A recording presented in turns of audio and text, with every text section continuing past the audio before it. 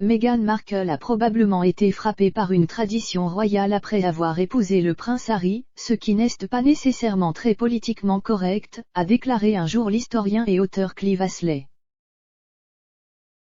La duchesse de Sussex, 40 ans, s'est entretenue avec la comédienne et animatrice de talk-show américaine Ellen DeGeneres la semaine dernière.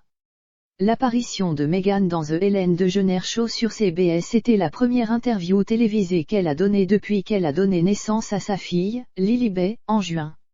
Le chat sera diffusé sur ITV2 cette semaine.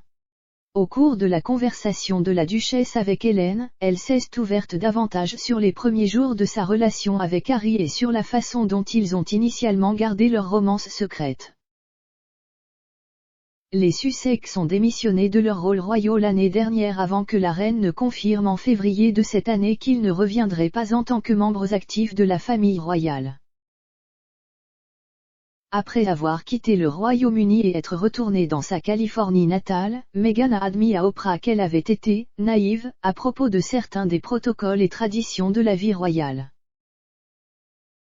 Cela incluait qu'elle ne savait pas comment faire la révérence lors de sa première rencontre avec la grand-mère de Harry, la reine. Une autre tradition royale à laquelle Meghan a été forcée de s'attaquer était les activités de campagne du cabinet au château de Balmoral pendant l'été, y compris le tournage. Meghan a peut-être jugé le passe-temps royal pas politiquement correct, a déclaré l'ancien rédacteur en chef du magazine Country Life Clive Astley dans une interview déterrée. L'expert a partagé ses réflexions pour la série documentaire 2018, Les épouses royales de Windsor, sur Netflix. Dans l'épisode 1, il a déclaré « Si vous venez d'une culture différente, la Californie par exemple, je pense que ce qui pourrait vous frapper, c'est que ce n'est pas forcément très politiquement correct. Voici des gens et leur rôle est de tuer quelque chose parce qu'ils l'apprécient. Bien sûr, c'est une question pour beaucoup de gens. » Le documentaire a examiné le tournage dans le cadre du soi-disant « test de Balmoral », qui est une sorte d'initiation royale non officielle au domaine de la reine Aberdeenshire. De Wallis Simpson au Premier ministre Boris Johnson, Balmoral s'est avéré un endroit difficile pour les non-royaux au fil des ans. La princesse Diana aurait passé facilement le test de Balmoral, ce qui était attribué à son passé aristocratique. Cependant, malgré son succès apparent, la princesse de Galles a affirmé plus tard que Balmoral avait une « atmosphère négative ». La propre visite de Meghan au château aurait eu lieu en 2018, quelques mois après qu'elle et Harry se soient mariés.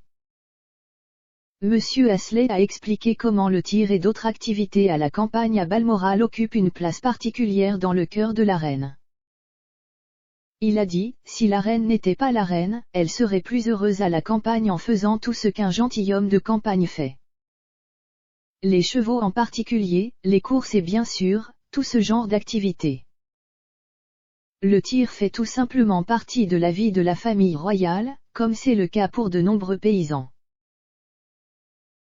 Le documentaire examine comment Kate, la duchesse de Cambridge et Sophie, la comtesse de Wessex, ont toutes deux appris à tirer lorsqu'elles se sont mariées dans la famille royale.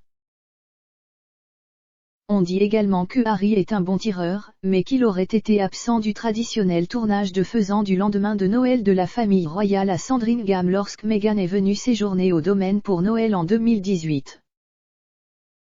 La conversation de Meghan avec Ellen devrait être diffusée sur ITV2 le 24 novembre à 14h.